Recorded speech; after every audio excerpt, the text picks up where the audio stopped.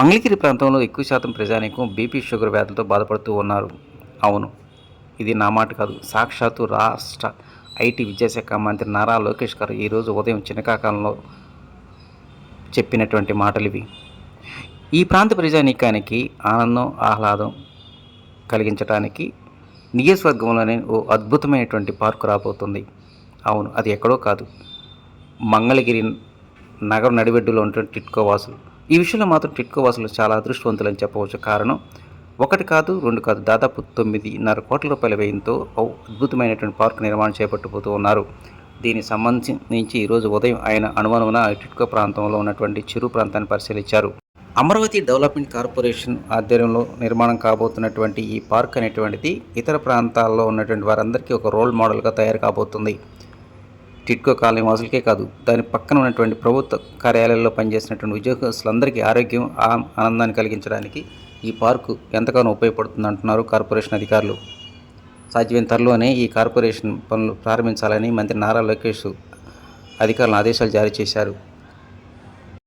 ఇక ఈరోజు ఉదయం 8 గంటలకు చినకాకాలంలో 100 పడకల ప్రభుత్వ హాస్పిటల్ భవనానికి శంకుస్థాపన చేశారు. ఎట్టి పరిస్థితుల్లో సంవత్సర కాలంలో ఈ భవన నిర్మాణం పూర్తి చేయాలని ఆయన ఆదేశాలు జారీ చేశారు.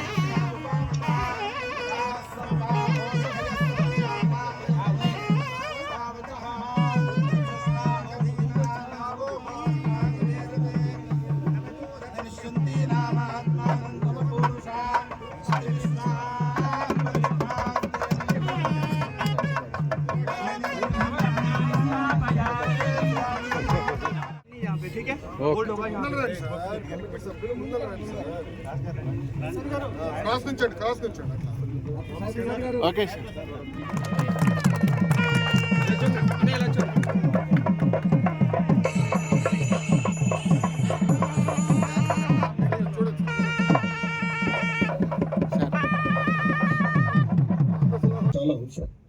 వాస్తవంగా మంగళగిరి చూస్తే డయాబెటీస్, హైపర్ టెన్షన్, కొలెస్ట్రాల్ చాలా ఎక్కువ ఉంది ప్రజలు.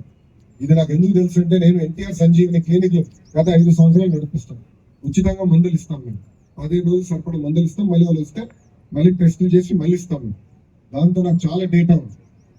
అందరికీ నేను ఆనాడు చెప్పాను, మీరు అందరూ ప్రతిరోజు వాకింగ్ 1 గంట చేయాలని. అప్పుడు అన్నారు మాకు పార్కులు ఎక్కడ ఉన్నాయి సార్ అన్నారు.